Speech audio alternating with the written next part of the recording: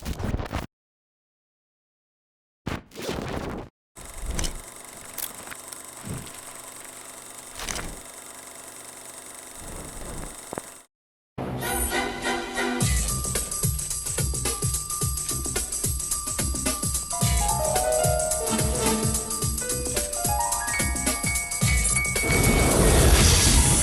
are we? I got a feeling we're not in Brooklyn no more.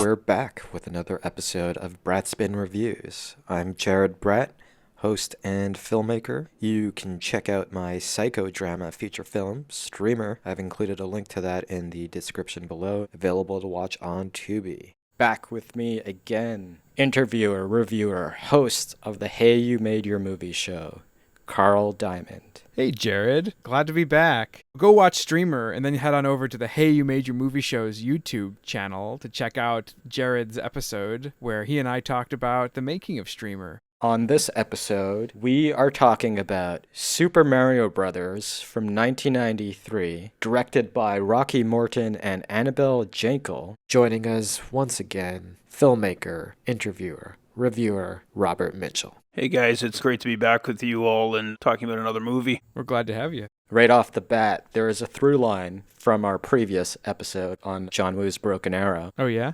Samantha Mathis, back again in this fever dream of a movie. I will just put my take out there because I've always felt this way since I was a kid and since I saw this movie in theaters. And for me, this goes in the realm of the 1990 Ninja Turtles movie and Paul W.S. Anderson's Mortal Kombat. Like, I think this is genuinely cool, if not absurd and unique. It's a darker adaptation of a comic book or video game property that I think has always really worked for my taste. From my point of view, which is kind of, in a way, opposite to that, because when I was a kid, I did not understand this movie at all. I was confused. I was like, oh, where's the bright and happy Super Mario Brothers? So when I watched it, I had trouble following it, and I was very young. I was kind of bored as a kid. I kind of had this feeling that this movie was not great. You hear about the production of it, which we'll get into later, and you're like, oh God, it sounds terrible. You watch it as an adult and a person who's made movies and someone who's studied film and can appreciate more surrealist, abstract, alternative takes of something. And you look at this and you go, wow, this was way more fun than I, had thought. This is a really fun sci-fi adventure, and I don't see the problem with any of it. I watched the movie and then did some reading about the movie and like reviews of the time and whatnot, or like, well, who was this movie made for? We would have all rented it in our late teens or saw it in the movie theater. It was this dark, not this lighthearted and colorful video game adaptation. Maybe we're just catching up to the movie now as adults. And so maybe this movie was made not for us as 15-year-olds or 10-year-olds or whatever, but now that we're much later on in years, now we're watching this movie and we're like, oh, okay, I get this movie now. That's an interesting way of looking at it, Rob.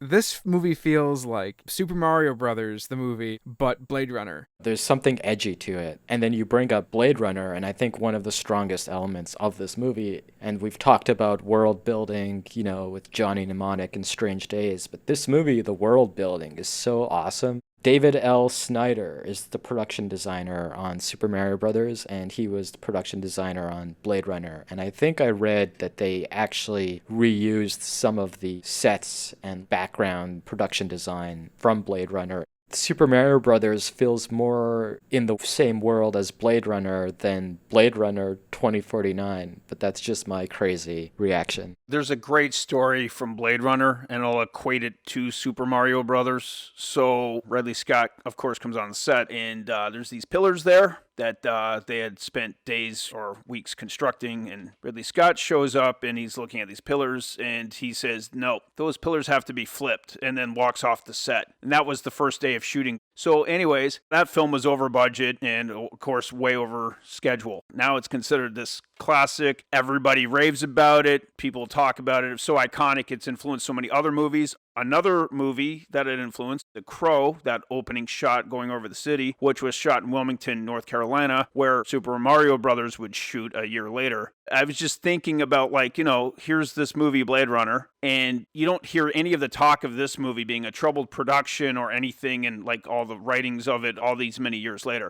Super Mario Brothers, you start looking that up, and all you hear is, oh, it was a troubled production, and this, that, and the other. I hadn't seen this movie in forever, so now watching it quite recently, I'm like, wow, like there's parts of that movie, yeah, Blade Runner immediately. There's a part where they start getting interrogated when they go to Dino Hatton, and I'm like, that whole sequence and the character they meet totally reminds me of Brazil. The bureaucracy of it all, and just the way that, like, this giant desk and all of that, and the perspectives. Oh, yeah. They've just been arrested, and the cop in the high desk, he's asking them what their names are, which is just a funny scene. What's your name, Mario? What's your name, Luigi Mario? How many Marios are there? Name?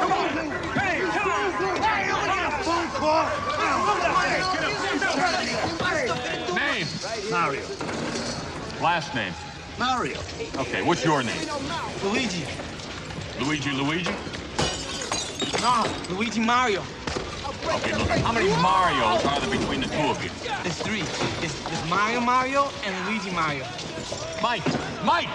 Up these Marios around the side. Something that's overshadowed this movie for years is that fact that a lot of people were like, WTF, this is what you come up with in terms of adapting the Super Mario Brothers into a live-action movie. But outside of that, the special effects, I still think, for the most part, hold up. Maybe not the CGI stuff, but that's understandable because they were running up against the budget on CGI to begin with. But all the practical stuff, it's a real treat to see because, they don't really do that anymore. Those jump boots, I love all of that stuff. they're wonderful. Come and get it, big boy.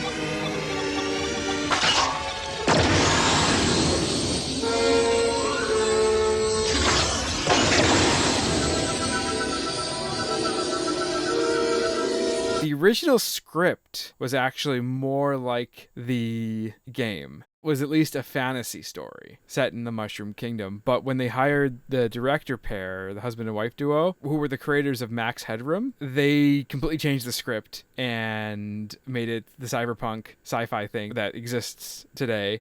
Apparently none of the actors knew this was going to happen, so they showed up day one on set, and the sets looked like that. They were expecting a sword and sorcery type deal, but they got Blade Runner, so quite a shock. Revisiting this movie, the thing that struck me almost immediately is the chemistry between Bob Hoskins and John Leguizamo. On paper, you don't think that would work, and then I'm watching the movie, I'm like, these guys are just awesome together and playing off each other so well. A lot of that had to do with Leguizamo trying to learn from Bob Hoskins as an actor. So he's just paying attention for the whole time. And they say half of acting is listening. So chemistry follows. I think they also bonded over the fact that they thought they were in this giant mess of a movie. Well, Leguizamo was saying that him and Hoskins spent a lot of time getting drunk on set.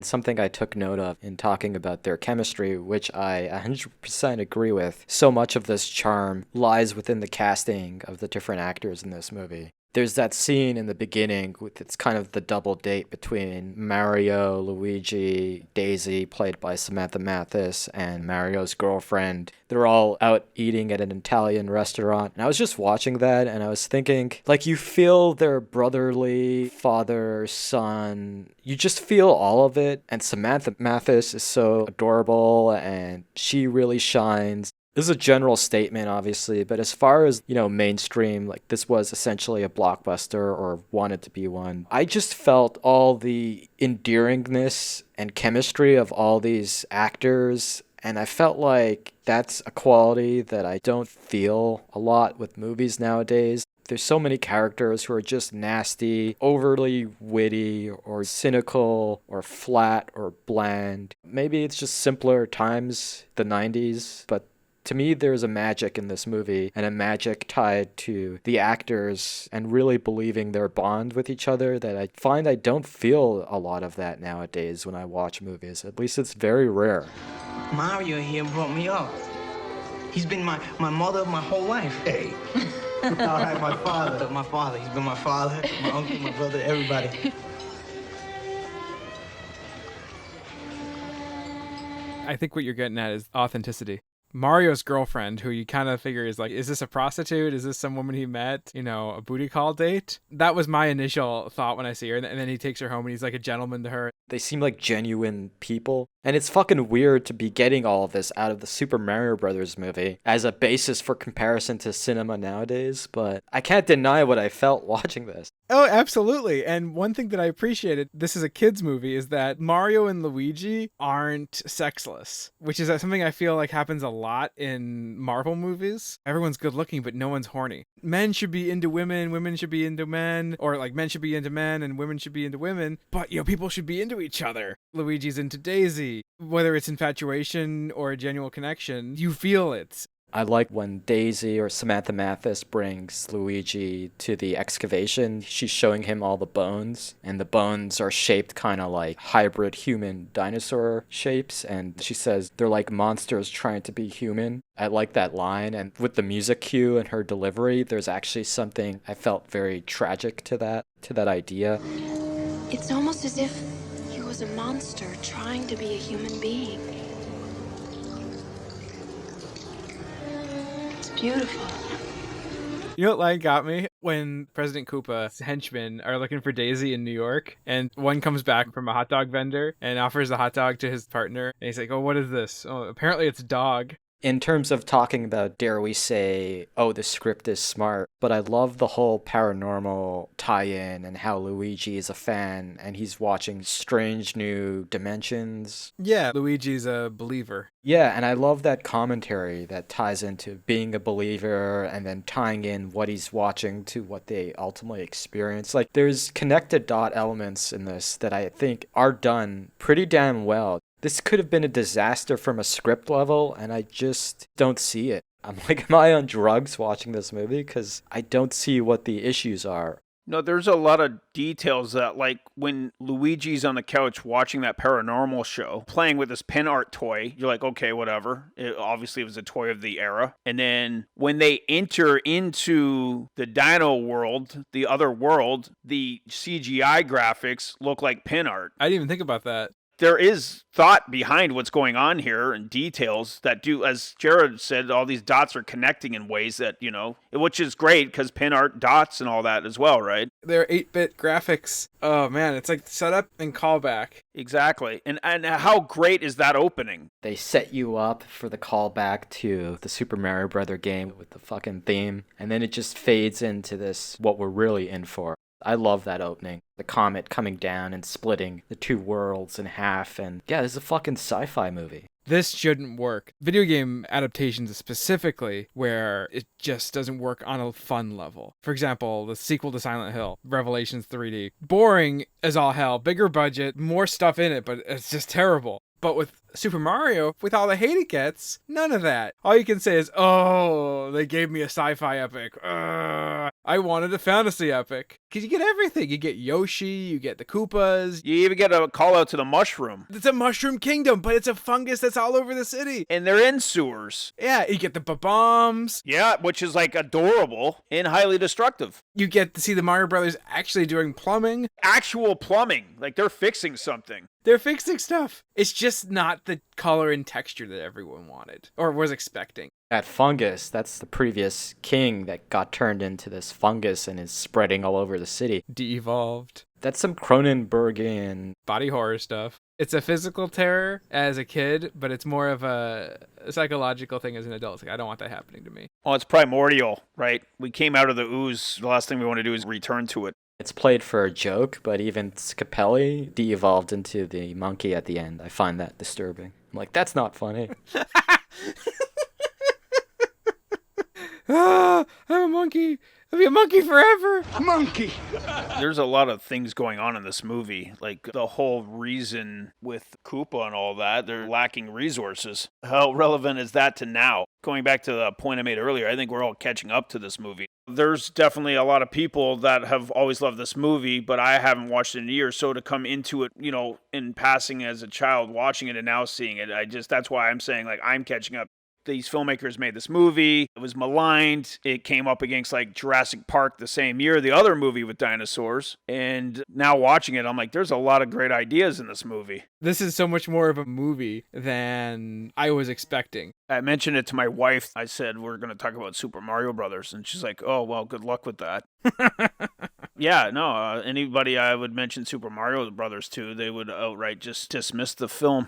I know Double Dragon has its own cult following, I'm sure, at this point, but I remember even back in the day, I knew that was objectively not a great movie, whereas Super Mario Brothers, it is well done. I don't know how it came out the way it did, because as we've all acknowledged, this movie is ripe with production hell history. Oh yeah, the directors fighting with actors were drunk, people were like screaming at each other, it was over budget. Listen to this, Bob Hoskins talking about what he suffered making this movie. I got stabbed 4 times, he said, electrocuted, broke a finger, nearly got drowned. Holy shit. He broke his hand doing the truck stuff with John Leguizamo driving around New York because they were both drunk and John Leguizamo didn't know how to drive a truck. He said he did so he could impress Bob Hoskins. I really tried looking for like the cast because I know they had painted the cast to look like part of his costume. That speaks to the chemistry, once again, of Hoskins and Leguizamo. I mean, Leguizamo, it's an accident, but he's directly responsible for injuring Bob Hoskins so much so that he's in a cast for half the movie, and they still have the chemistry.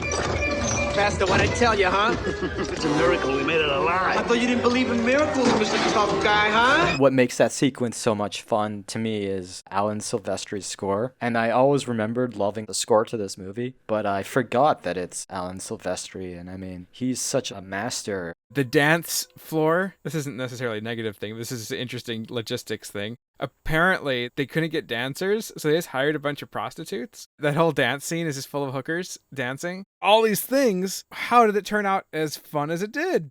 But I think what really killed it, history would have been kinder to it had it not opened up against Jurassic Park. So here's a movie that I distinctly remember in 1993 that was very much in my mind that I can still recall today. And yeah, I 100% agree with Carl that it got knocked out because Jurassic Park was that summer movie. It just had the rough, shitty luck of opening up against one of the greatest movies ever made and the most successful movies ever made, a movie that will change the industry. Speaking of these two movies, I was on a Den of Geek article about Super Mario Brothers, and Super Mario Brothers was made for $48 million at the time, and it's only $15 million shy of the Jurassic Park budget. That's wild, isn't it? These two movies are never ever talked about in the same sentences. They are two dinosaur movies. Obviously, one is a complete dinosaur movie and the other one has dinosaurs in it. And they're both man's interaction with dinosaurs in a weird, unnatural way. And you take Mario Brothers, which was about dinosaurs evolving into humans. We even see a baby being hatched from an egg, which is a weird, surrealist moment.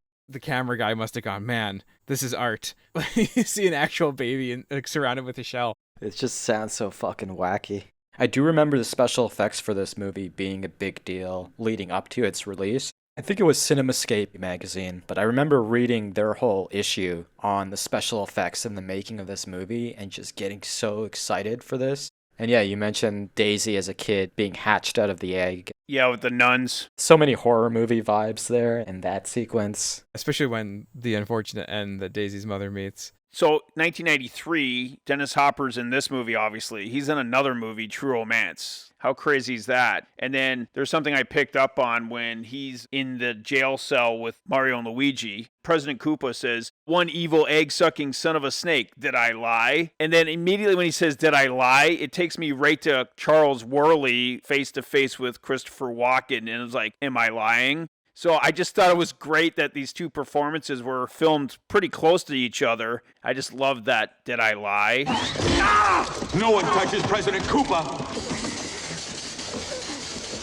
No, Koopa? Well, you just said you were one evil, egg-sucking son of a snake. Did I lie?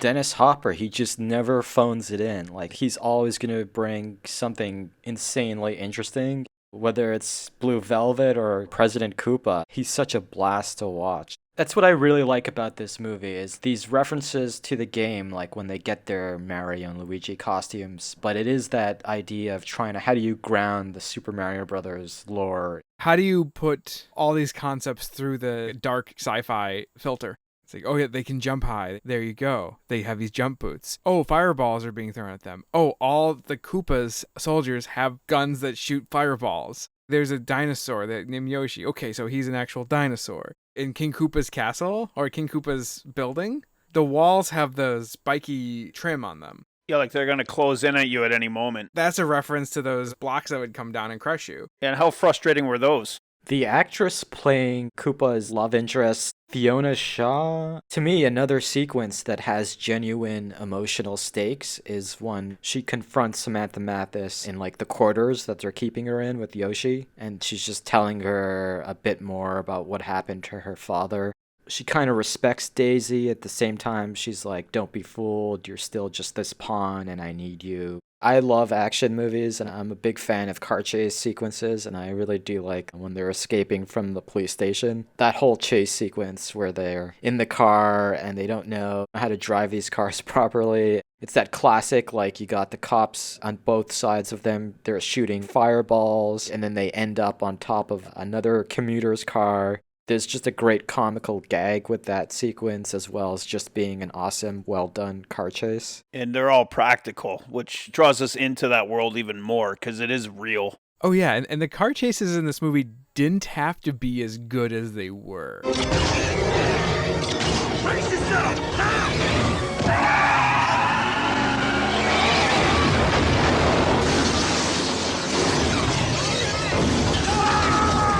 The critical backlash and the film going up against this other giant film and all that, I think that's the tragedy of this film. I've been on a major NES kick. I'm watching this movie, Super Mario Brothers, and I'm thinking, how great would it have been to be able to play Super Mario Brothers, Mad Max, Blade Runner type world?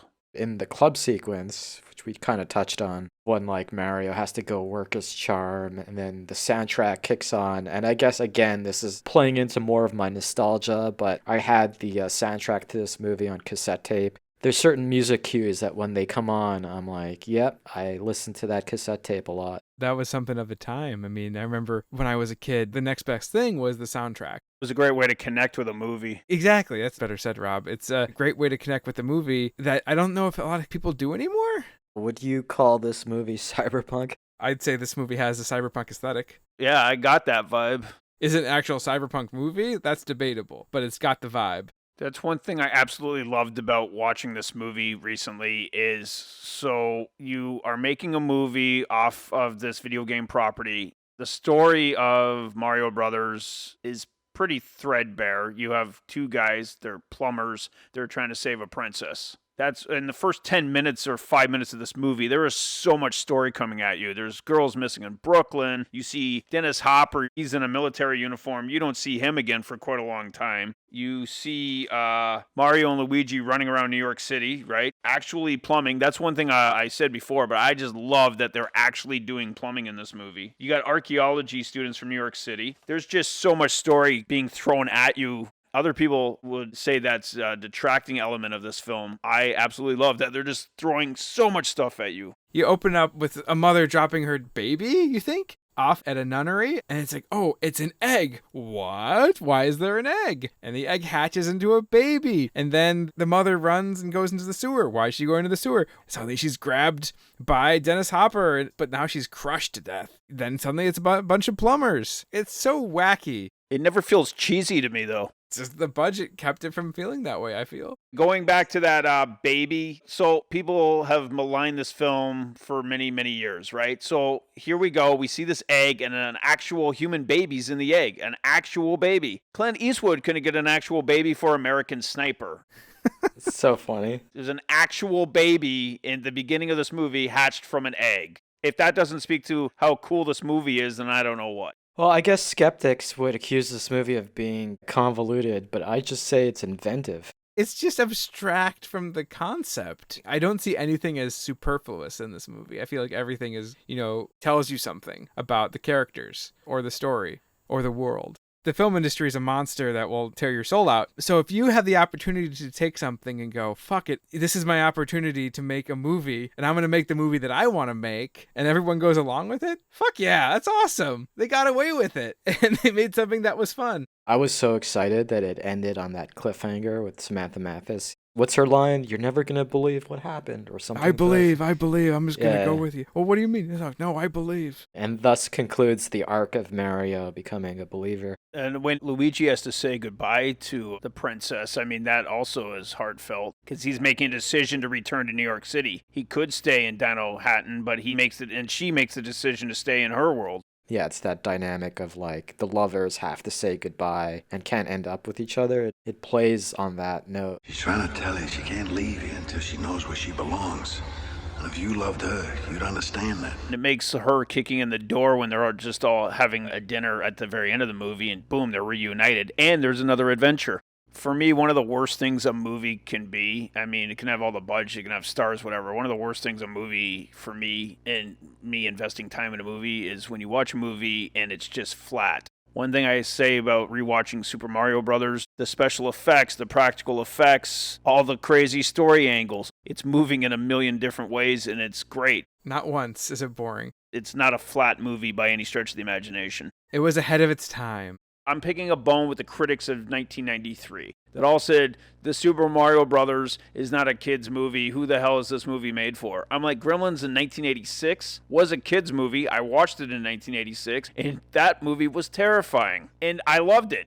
To pick on Super Mario Brothers a couple of years later, I'm like, kids who grew up with Gremlins can handle Super Mario Brothers. This is the movie I want. Like, I don't want that fantasy. This is just my sensibility, and even as a kid, I felt this way. This is the incarnation that I really vibed with. If someone felt confident enough to take the initiative to make the Super Mario Brothers movie the way it was made, then I think whatever your idea is, go make it.